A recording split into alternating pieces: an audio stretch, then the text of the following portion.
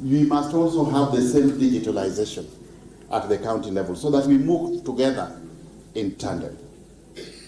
When we came into government, we only had a meager 350 services on the eCitizen platform.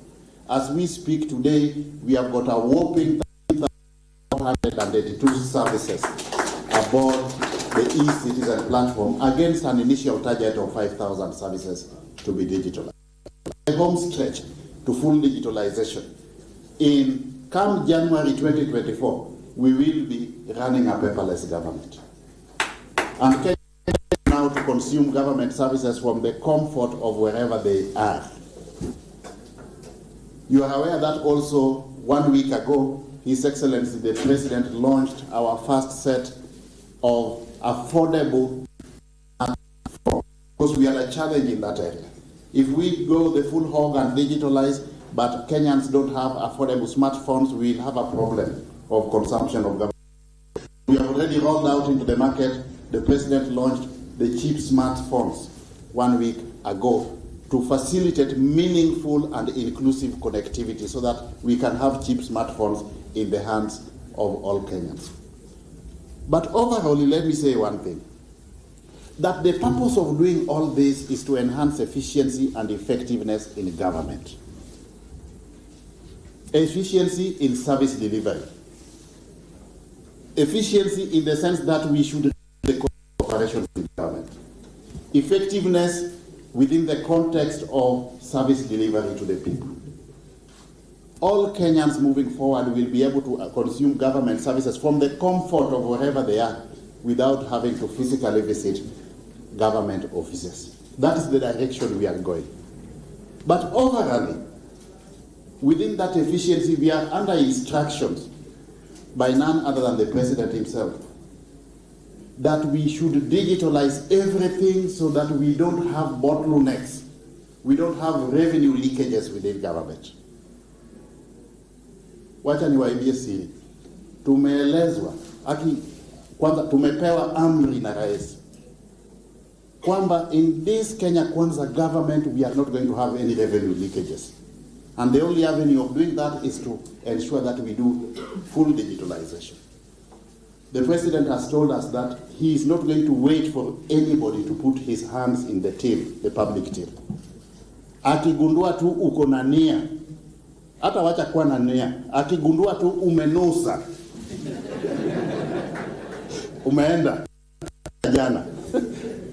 So let's work together to enhance service delivery to the people, ensure that we have got efficiency in government, eliminate corruption and bottlenecks in government, so that we can have adequate revenues, domestically generated, locally generated revenue to finance both our development and recurrent expenditure and also pay off our debts.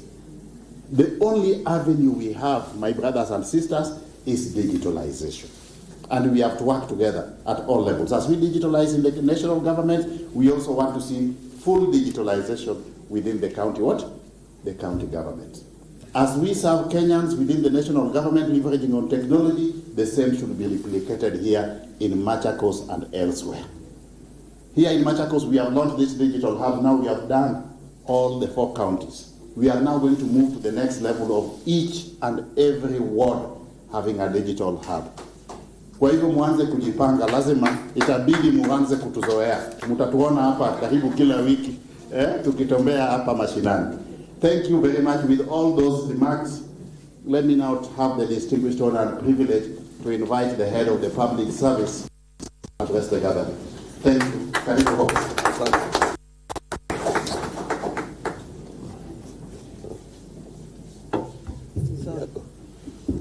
Let us have our seats. Tukae chini.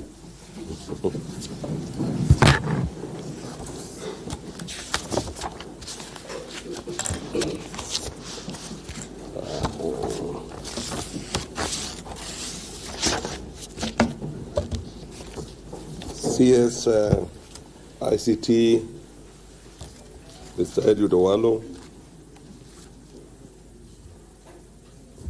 Charge the Affairs, Belgian Embassy, Mactel, Katrisi, Deputy Head of Mission, PSS present, led by John Tanui, Veronica Duva, Teresia Baika, and Dr. Moria.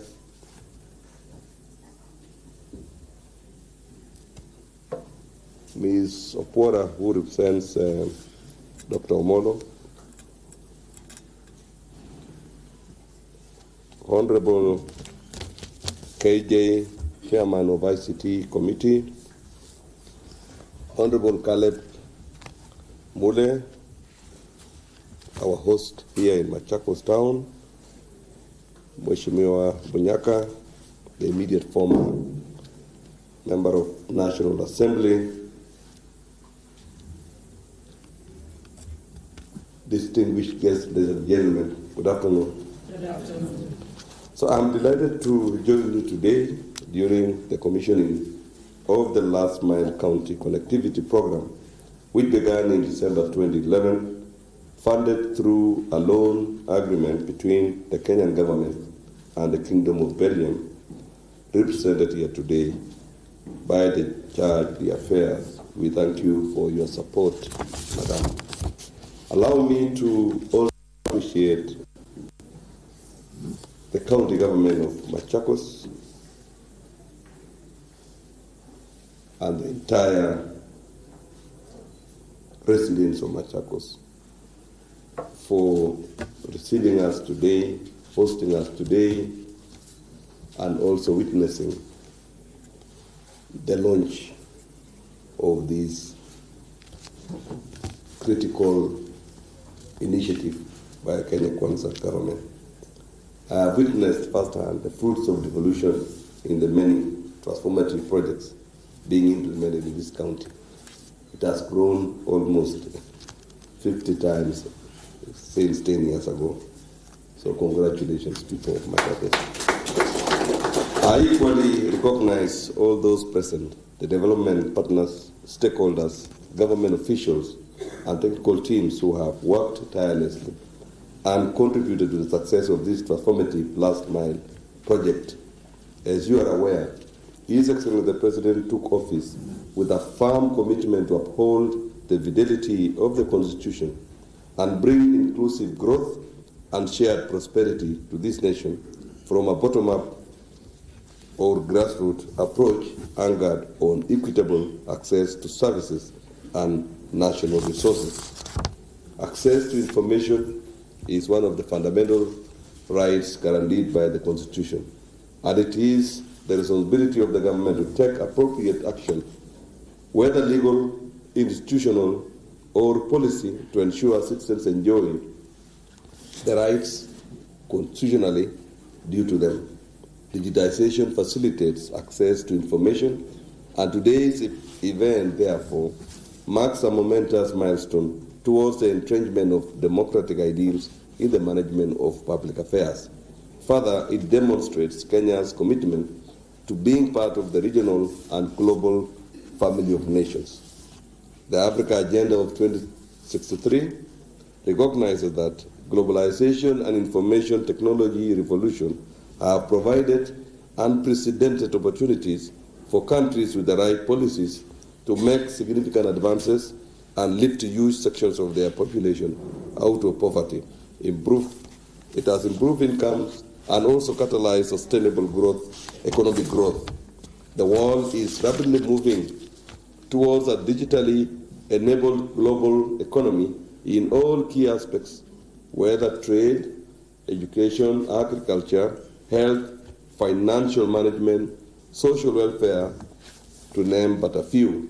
It is within the highly dynamic and competitive global economy that Kenya must find its space and develop the requisite capabilities and resilience to deliver services and equitable growth to its citizens. Ladies and gentlemen, recognizing this context and appreciating the development challenges before the nation, His Excellency the President has chosen to accelerate the country's socio-economic transformation by leveraging on technology and also the thinking behind the prioritization, and this is the thinking behind the prioritization of the digital superhighway and creative economy in the better plan.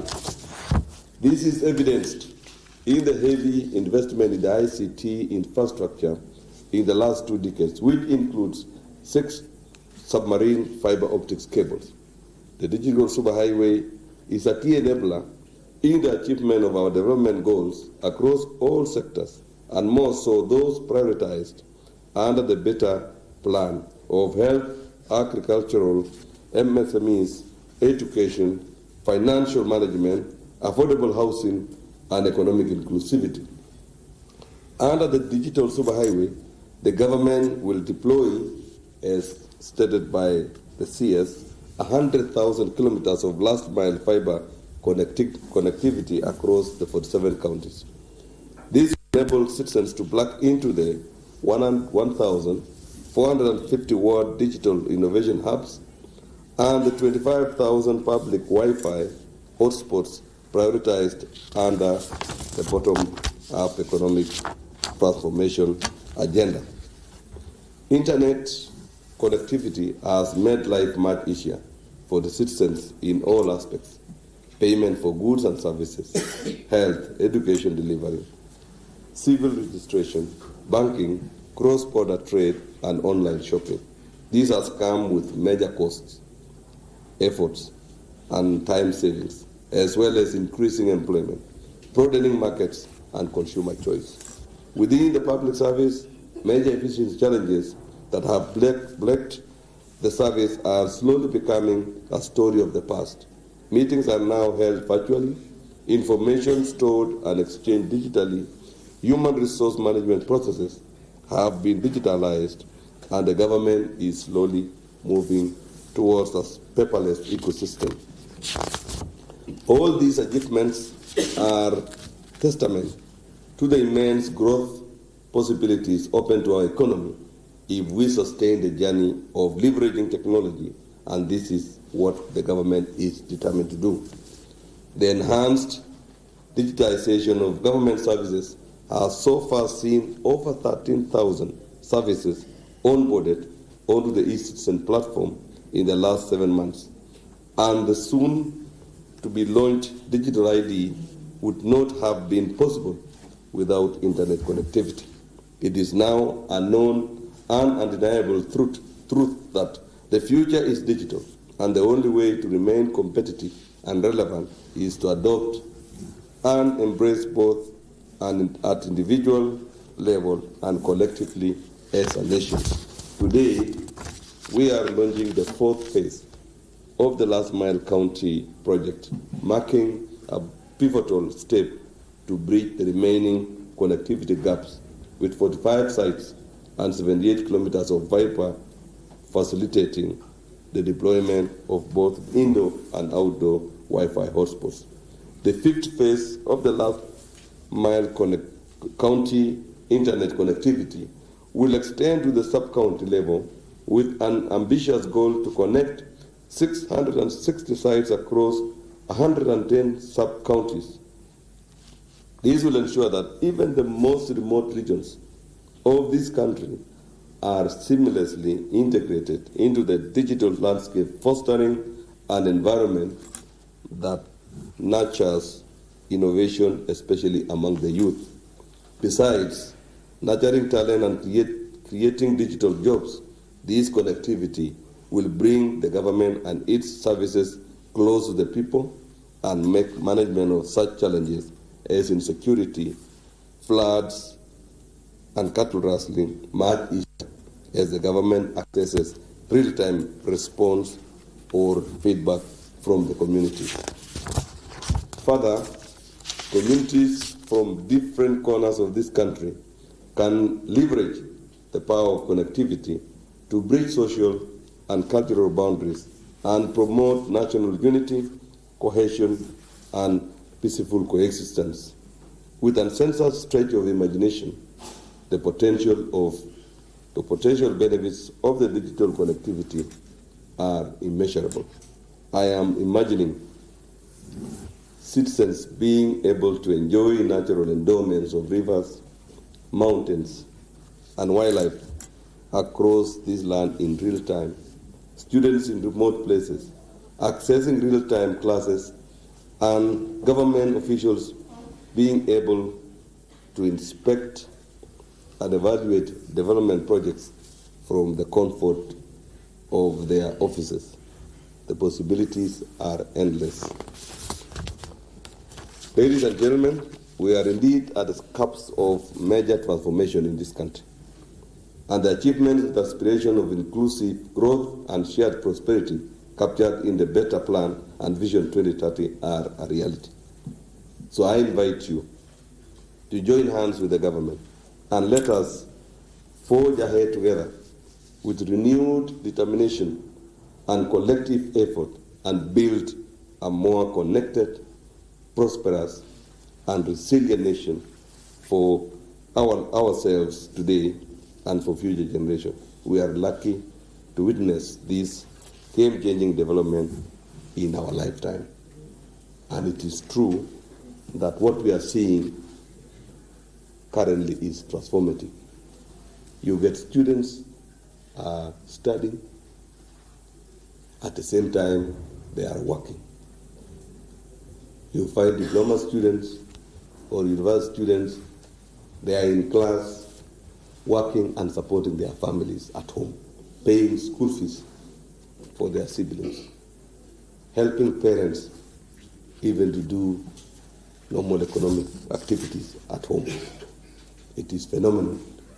You find the youth, the young people in Kenya working for companies across the world, working for companies in Moscow, in New York, in Canada, in Australia, all over the world. It is a real transformation, and we are lucky to be in this space, to be part of this. For those who will say, yes, we contributed as government, and we can see a transformation in the space. I want to add and say, for a long time, for 50 years, governments in this country has been focusing on our traditional economic sectors, agriculture, you see water, you see areas, health money is put there. And it has been a tradition, even if you look at the budgets, it is like that. But there are emerging frontiers that we need to seize that opportunity as a country. And we need to agree. You see, some of us here, majority of us here are from the old generation.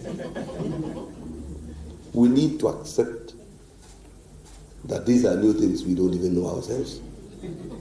And let us allow the young ones to drive this economy and also take us through.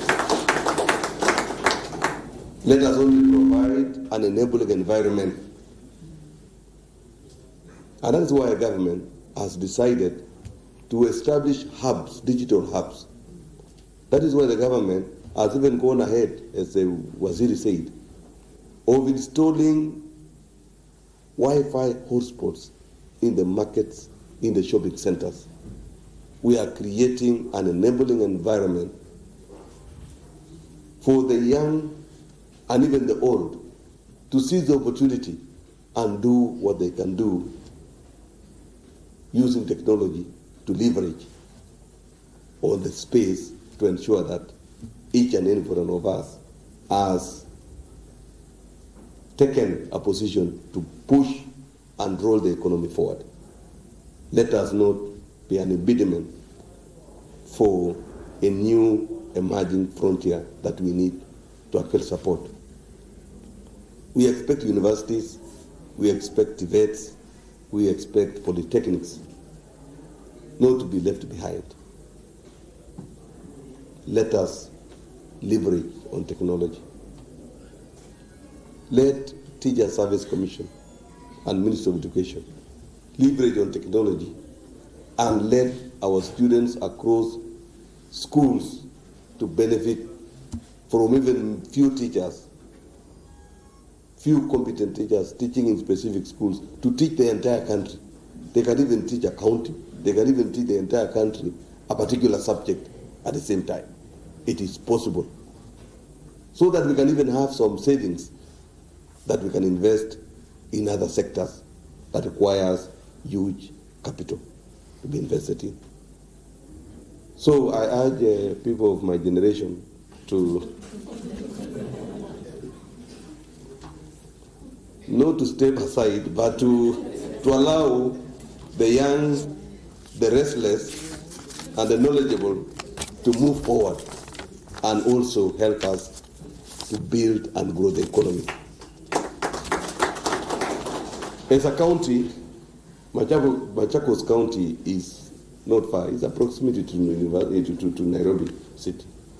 And we can see a lot of development. I was here many years ago, I think 5, 6, 7 years ago.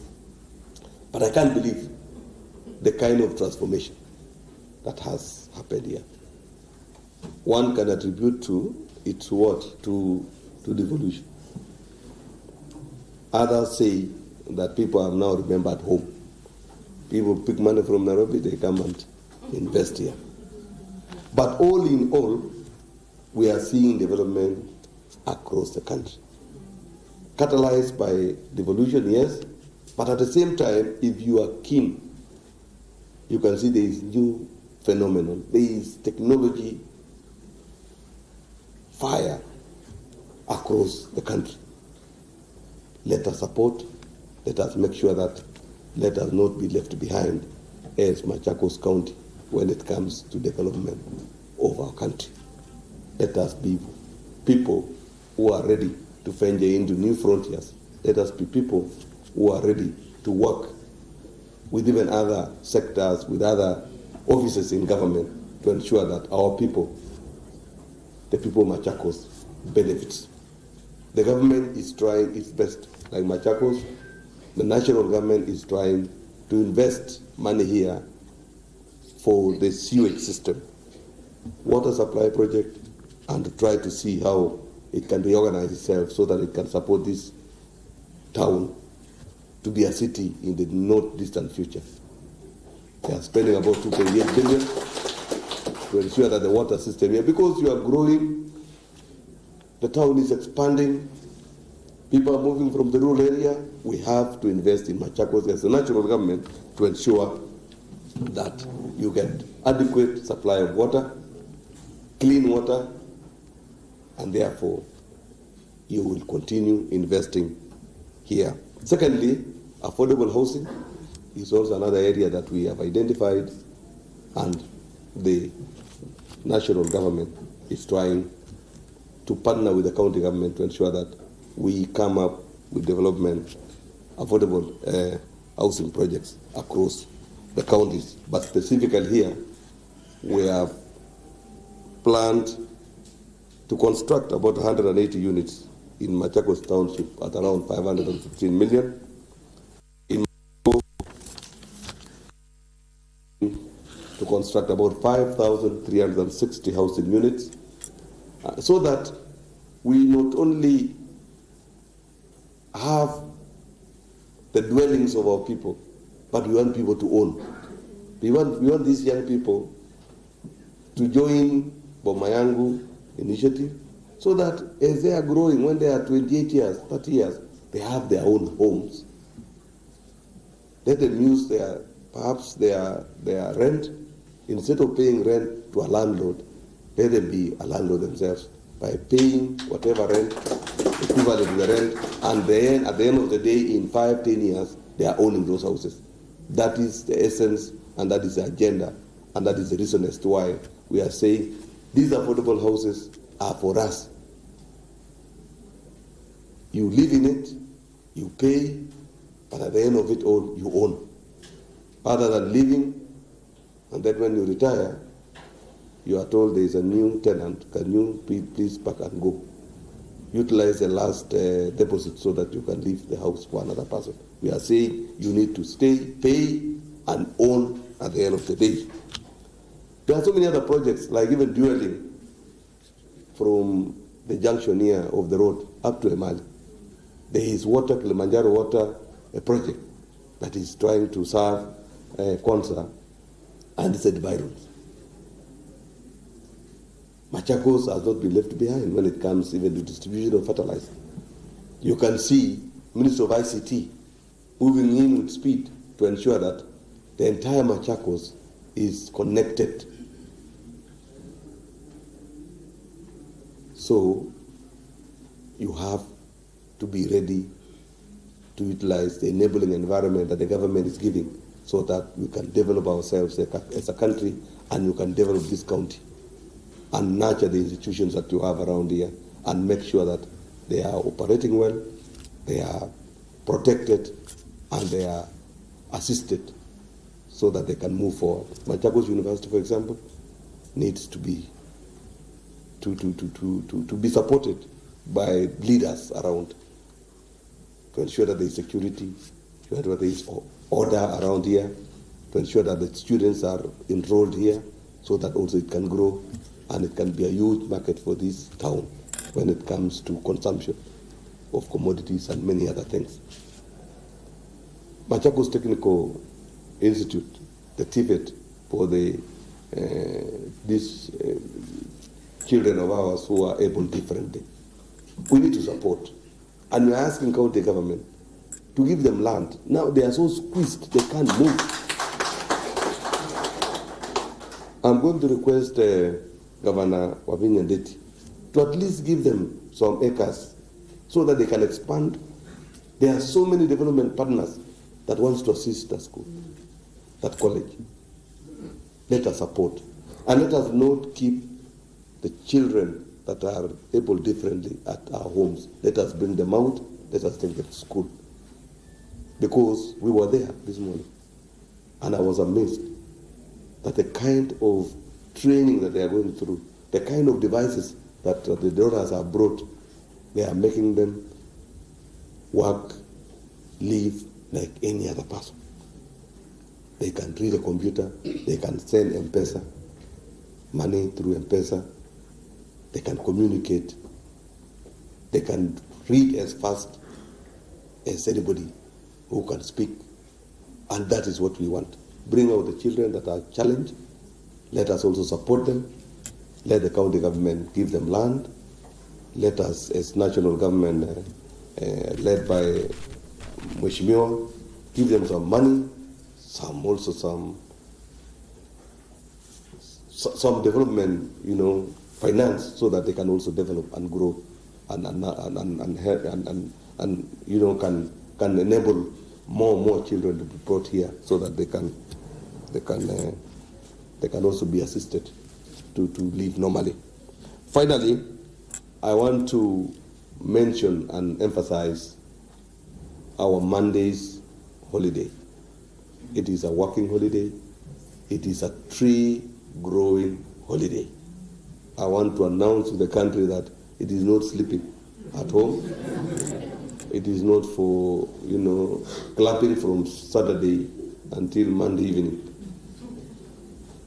Monday, please wake up at 7 o'clock, like any other day that you are going to work. Go and grow a tree. Let us go and grow trees. I've said we are not going to plant anymore, but we are growing them, because when you plant, it means that you just plant and leave. But we are saying plant, tend, keep it, grow it until it matures. So I am asking all of us in Machakos and the entire country to come out in numbers and let us grow the trees on Monday. Across, from national, His Excellency the President will be in Makueni. Some of us, we shall be in Nairobi. Cabinet secretaries have been assigned 2 counties. So they'll be moving from one county to the other to ensure that we grow enough trees. It is not for the sake of growing. It is because we want to save the environment, we want to mitigate against the climate change, and we want also to negotiate with the West so that we can get climate financing. There is what we call carbon credit. There is a lot of money. So let us grow these trees. Let us discuss with our friends across other countries so that we can also be financed and we get enough money to build railways, to build schools, do many other development projects. Number two, ladies and gentlemen, is like any other city, like any other town, we have a very serious challenge on alcoholism and drug abuse in Machakos. Statistics are very clear. Our children, our young generation are becoming zombies in this town.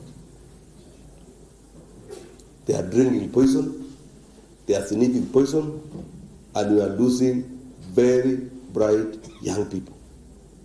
I want to ask all of us, County Commissioner, the RC for Eastern, all security agencies, parents, teachers, and even the people who can easily be victims like students and the youth, please let us rise against alcoholism and drug abuse.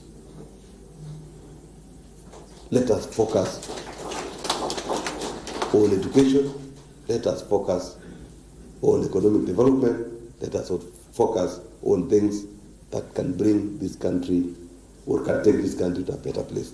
Alcohol and drug abuse is becoming a menace and is becoming a threat to humanity in this country. So Assistant Chief, ACC, DCC, everybody, MCAs, governors, MPs, let us rise up against this thing so that we can save this generation and we can even turn them towards digital space.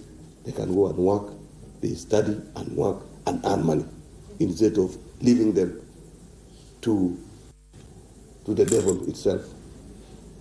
So I beg of you, let us not relent, let us not surrender, let us not retreat, let us keep on fighting to ensure that those people who are peddling drugs, those people who are selling illicit brew and second-rated alcohol that are laced with poison, they need to be arrested. And for them to be arrested, you need to report them. And you need to inform the security agencies where they are keeping this poison. Drugs, cigarettes that you are seeing people selling are not the normal cigarettes that you knew. They offload all the tobacco and they put cannabis inside. You see selling cigarettes, you think they are cigarettes. They are normal cigarettes. They are not. Let us be very vigilant and save ourselves and our generations, the young generations, too, so that they can also have a chance to lead this country and to participate in economic development of this country. Finally, ladies and gentlemen, the CC had said that we want Machakos County to be corruption-free. We want Eastern Province to be corruption-free. We want the Republic of Kenya to be corruption-free. Mambo ya uongo muachane nayo. Wenye wana receive na wenye wanapeana.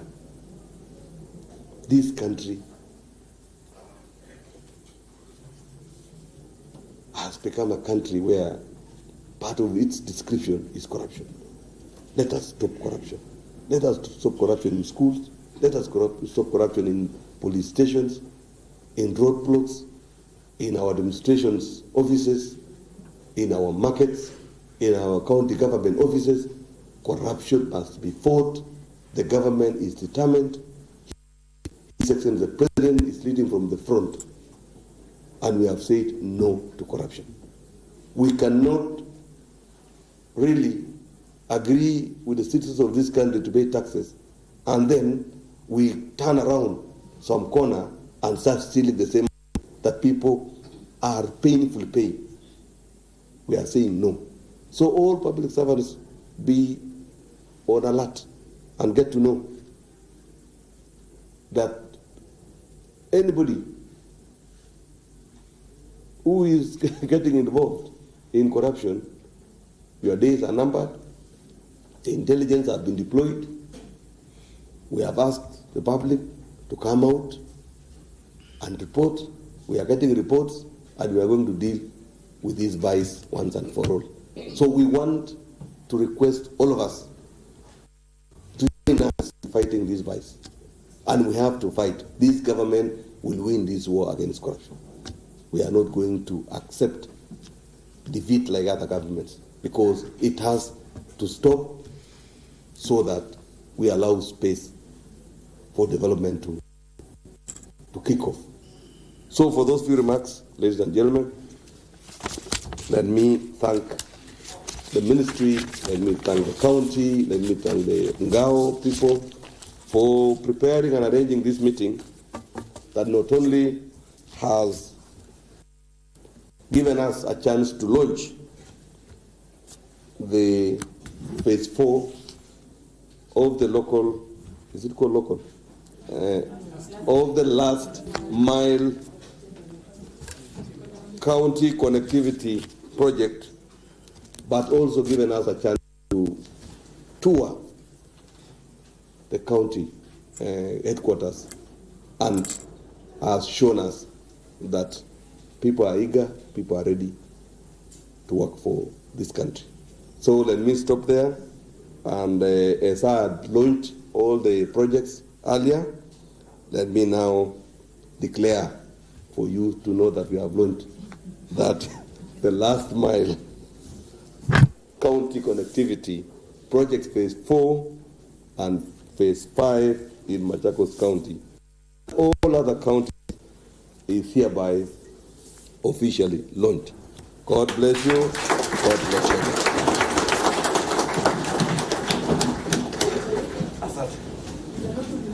Our chief guest, allow me to invite Professor Joyce Owalo to come and present you a gift.